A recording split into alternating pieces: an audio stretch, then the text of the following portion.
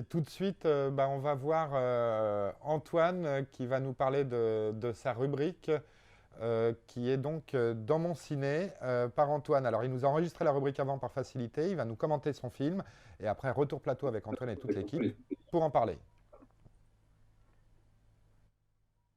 Et je lance tout de suite. Que ceux qui votent coupables veuillent lever la main. 1, 2, 3, 4, 5, 6, 7, 8, 9, 10, 11. Bon, 11 ont voté coupable. Qui vote non coupable? Un seul. Merci.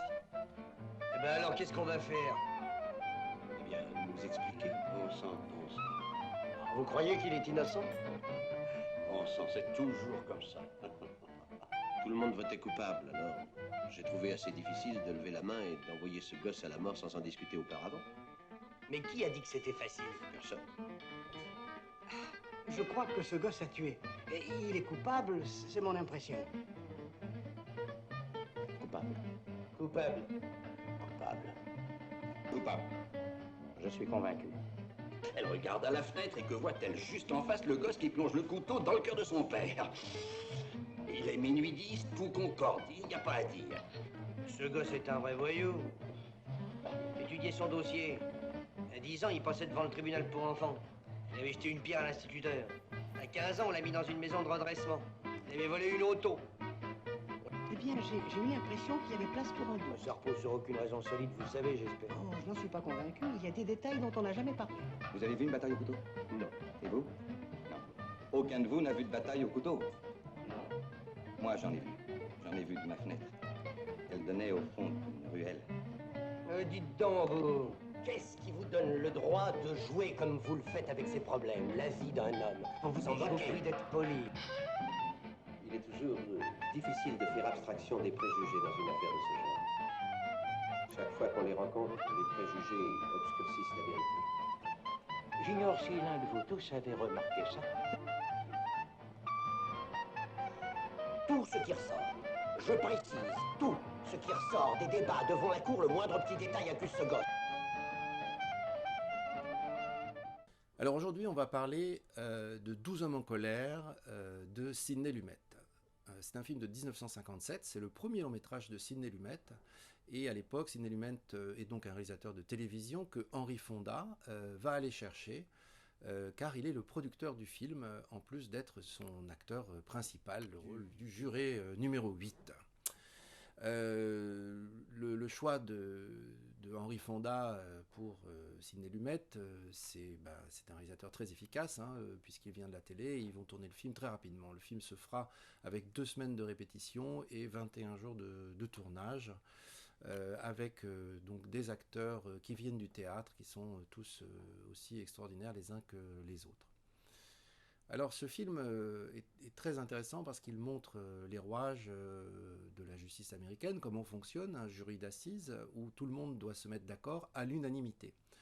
Un jeune garçon, un américain latino, est accusé d'avoir tué son père et il va falloir que ce jury, ces 12 hommes, se mettent d'accord à l'unanimité pour sa culpabilité ou son acquittement. Au premier tour, tout le monde vote pour la culpabilité du jeune homme, sauf le jury numéro 8, Henry Fonda, qui doute. Et tout le monde est très mécontent, on veut vite en finir, il fait chaud, on a un match de baseball à voir, on est convaincu de la culpabilité du jeune homme. Tout le monde s'énerve, mais à force de débattre et de revenir sur la question, petit à petit, en examinant chacune des preuves, aucune des preuves, finalement, ne peut être absolument déterminante. Et c'est très intéressant d'examiner un faisceau de preuves, on se dit bah oui évidemment il est coupable, et puis finalement en les regardant une par une et en les démontant, on se rend compte que c'est pas forcé. On n'a jamais vraiment la preuve qu'il n'est pas coupable, mais on n'a non plus jamais vraiment la preuve qu'il est coupable, et le bénéfice du doute doit être favorable à l'accusé en l'occurrence. Et donc Henry Fonda va parvenir à retourner les 11 autres jurés, et au dernier vote, ce sera l'unanimité pour l'acquittement. Alors moi je trouve que ce film est particulièrement intéressant en ce moment parce que il impose le doute, il impose de douter de ce qu'on nous présente. Donc quand on nous dit quelque chose, en douter c'est bien et retourner les preuves et en discuter, c'est vraiment très important.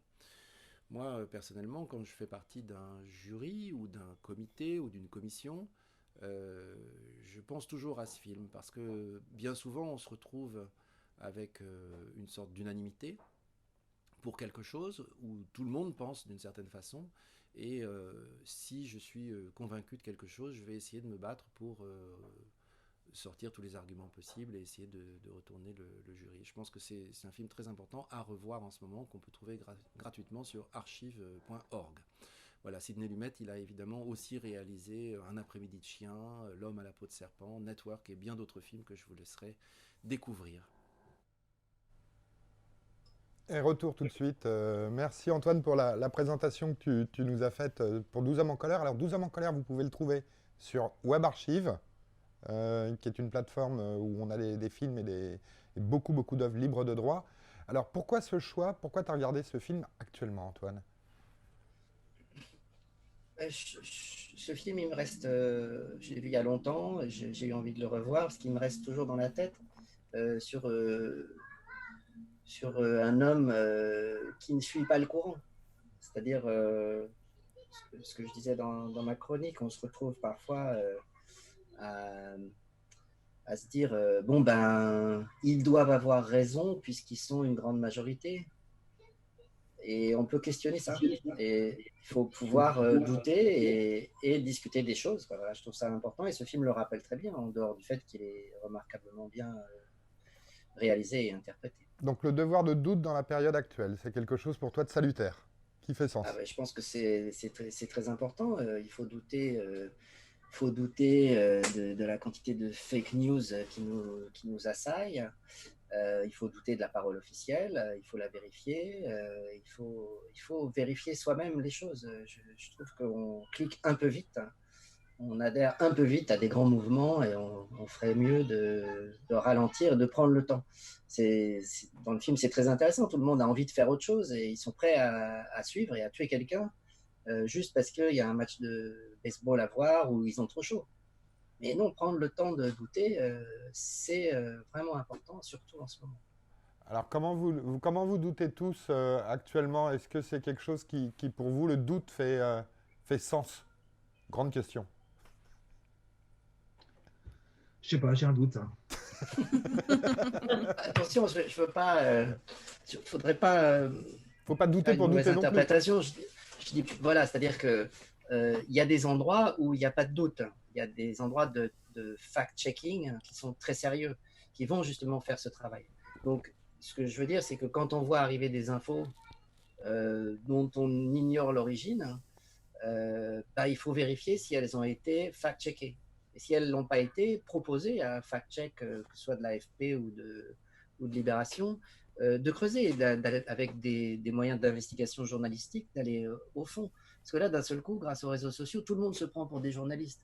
Mais le journalisme, ça consiste à croiser les sources, hein, ça consiste à vérifier les informations, et ça consiste à avoir, quand on a suffisamment de sources qui disent la même chose et qui sont chacune confirmées, certaines, etc., on peut avoir une certaine certitude de l'info, et dans l'ensemble, les grandes agences de presse se gourrent pas tellement.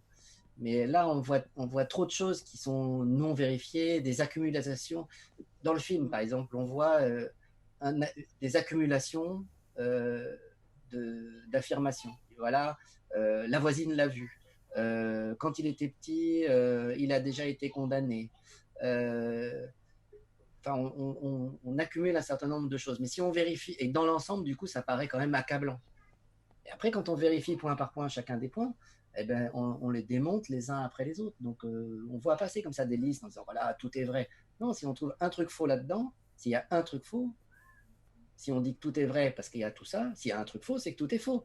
Il faut vérifier. Et oui, c'est vrai que sur dans Facebook, ce sens-là que je le dis, pullule. c'est pas dans le sens de douter de la parole des grandes agences et tout ça. Au contraire, je pense que là, c'est le moment de faire attention à ce que dit Reuters, ce que dit l'AFP, ce que dit Check News, ce que dit les organes de vérification du monde, etc., etc.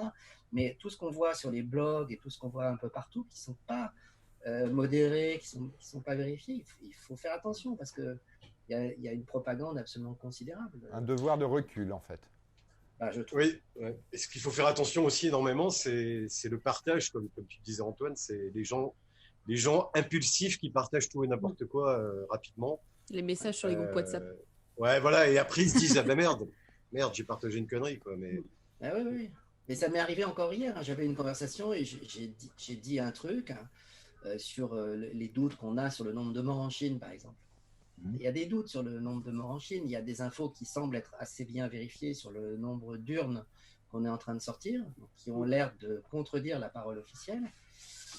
Donc il faut vérifier d'où ça vient, etc., etc. Puis il y a d'autres news qui sont un petit peu moins probables. Et j'en ai répété une bêtement. Et après, j'ai été revérifier d'où ça sortait. Et puis j'ai fini par tomber sur des sites liés à l'opposition anti-coco chinoise de Falun Gong, des sites d'extrême droite américains. Là, on peut se dire que face à la propagande, la contre-propagande n'a pas forcément plus raison. Donc j'ai envoyé l'info à Check News, j'espère qu'ils vont la sortir. Mais je regrette d'avoir dit quelque chose dans une conversation. C'est d'autant plus difficile que la plupart des fake news sont basées sur des faits avérés, en fait.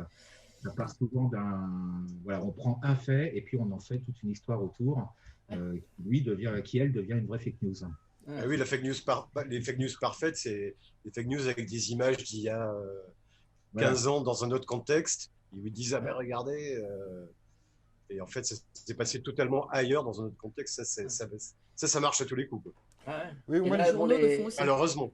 Ouais, les grands sites Facebook, Twitter ont été quand même rappelés à l'ordre et font pas mal de modération. Donc on voit maintenant apparaître sur certains trucs, c'est douteux, voilà la source, enfin il y a des trucs comme ça.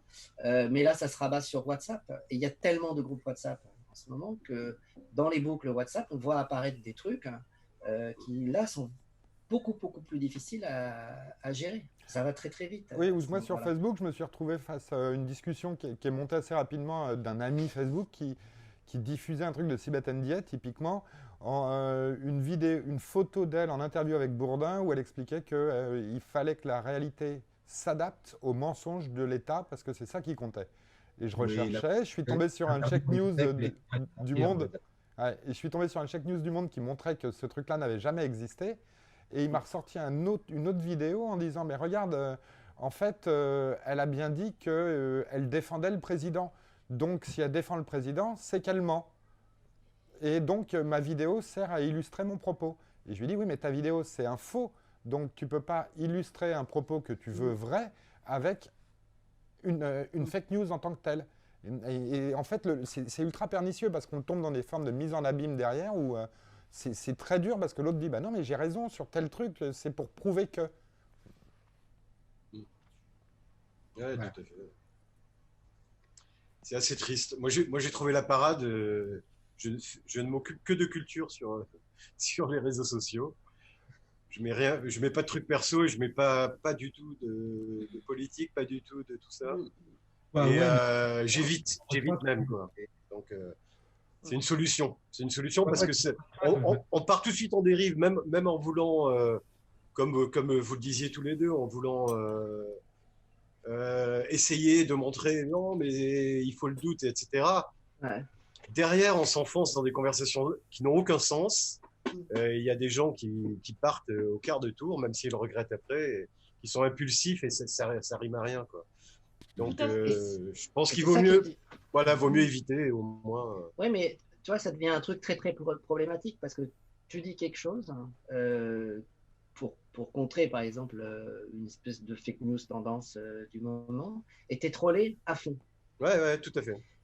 Et du coup, moi je fais comme toi, je publie pas de trucs, et je me dis, mais à ce moment-là, il y a toute une partie des gens qui devient silencieux, et le seul bruit qu'on entend, c'est ceux qui répètent en boucle ces trucs-là.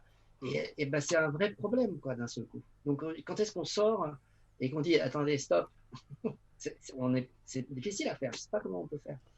Mais c'est une problématique, c'est que d'un seul coup, le seul bruit qui circule, c'est celui des trolls et celui des fake news. Alors qu'il y a beaucoup de gens comme toi ou comme moi, on sait très bien, ça va pas se montrer parce qu'on se fait abattre. Tout à fait. Et le bruit, ça peut être rapidement le bruit des bots aussi. Hein. C'est ça le problème, quoi. Oui, mais je pense qu'il ne faut pas aussi nourrir ce genre de choses. le fait de se disperser autant, on se perd soi-même, quoi, finalement. Oui, en plus, oui. C'est vrai que c'est important aussi de ne pas écouter et de ne pas nourrir la colère, même si ils ont tort avec la fake news. Si on leur donne, on n'est pas content également, on rentre dans la même vibration que eux. Vous voyez, donc c'est pas non plus intéressant de partager les mêmes vibrations. Donc moi, ce que je pense, c'est qu'il faut faire confiance en la vie et qu'après, ça va se tasser, ça va passer. Et au contraire, il faut rester le plus centré sur nous-mêmes et pas se disperser à écouter n'importe qui, n'importe quoi. Parce qu'on se perd à la fin. Ouais, mais je pense au contraire qu'il faut combattre les fake news à fond parce qu'elles font mal et elles restent après. Alors, surtout depuis les réseaux sociaux qui, justement, ont une mémoire infinie. Voilà, quand un truc est posté sur Facebook, si tu ne le supprimes pas toi-même, ça y reste et on peut le ressortir à tout moment. Donc voilà, il y a une vraie mémoire et je pense que c'est pour ça qu'il faut démonter vraiment les fake news au fur et à mesure qu'on les voit. Mais Antoine, je suis d'accord avec toi. Le problème, c'est que derrière, bah oui, tu te fais tomber sur le lard, tu te fais traiter de tous les noms. Oui, c'est ça. Ouais. On t'accuse de vouloir museler la parole parce que ça, c'est aussi c'est aussi autre chose, c'est un autre ressentiment même de beaucoup de gens, c'est qu'on veut les faire taire, on ne veut pas qu'ils parlent. Et donc, ouais, ça devient difficile de démonter les fake news sans effectivement tomber dans la police systématiquement plus. Il faut trouver un juste équilibre. Ouais, on t'accuse d'être du côté du pouvoir, de défendre le gouvernement, qui fait des trucs, machin. Et pas forcément. C'est très compliqué. Créer de belles choses.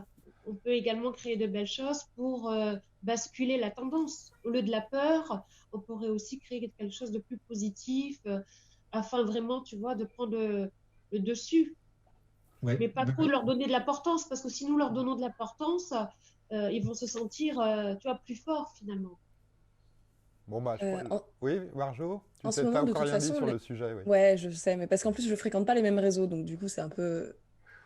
J'attendais qu'ils aient fini sur Facebook, etc. Parce que moi, je fréquente plus Facebook, je fréquente Twitter maintenant, qui est aussi anxiogène. Oui. Twitter, c'est pareil. Et en fait, le problème des réseaux sociaux dans cette période et dans ce genre de période, c'est le côté anxiogène, que ce soit Facebook ou Twitter. Instagram un peu moins, parce qu'il y a des images de chats mignons et c'est sympa. Mais ça dépend ce qu'on suit. Mais je trouve que Instagram est beaucoup moins anxiogène, par exemple. Notamment parce que c'est des images et des choses comme ça. Mais Twitter et Facebook, effectivement, peuvent être anxiogènes. Là où je trouve que... Moi, je fréquente du coup plus Twitter. Et j'ai tendance à trouver que c'est plus facile de trouver les différentes opinions et les différentes versions des faits.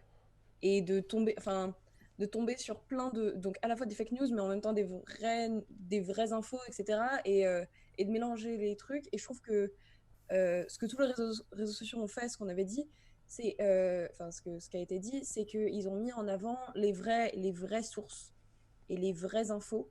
En disant, voilà, ça, c'est un article qui parle de ça, qui peut peut-être dire l'inverse, etc. Twitter a mis tout en haut un truc qui s'appelle Covid, machin truc, sur lequel on clique. Et il y a plein d'articles de journaux qui parlent des vrais faits, de ce qui se passe vraiment. Donc, ça permet aussi de revoir là où on en est. Et Facebook a fait pareil avec pareil un bandeau. Mais pour ceux qui vivent mal, du coup, cet amas d'informations, etc., moi, ce qu'on m'a conseillé et ce que j'essaye de faire, mais après, moi, je suis un peu accro, et que d'autres gens dans mon entourage essayent de faire, c'est de limiter aussi le temps de réseaux sociaux parce que, au final, s'il y a des infos importantes à avoir, elles arriveront jusqu'à nous sans passer 3 heures sur Facebook pour la chercher ou 3 heures sur Twitter. Et vu que les réseaux sociaux peuvent être anxiogènes, genre s'en détacher et s'occuper et faire d'autres choses. Bon, bah, je te remercie aussi pour ce regard. Je pense qu'on est arrivé à vous montrer autour d'un film là qui, même ancien, ce qu'on peut, à partir d'un film, essayer justement de se poser comme question sur notre contexte actuel et ce qu'on vit et comment se positionner, puisque finalement, tous autant qu'on est, comme vous l'avez vu, on avait tous des regards différents sur la situation actuelle. Et c'est ça aussi qui est intéressant.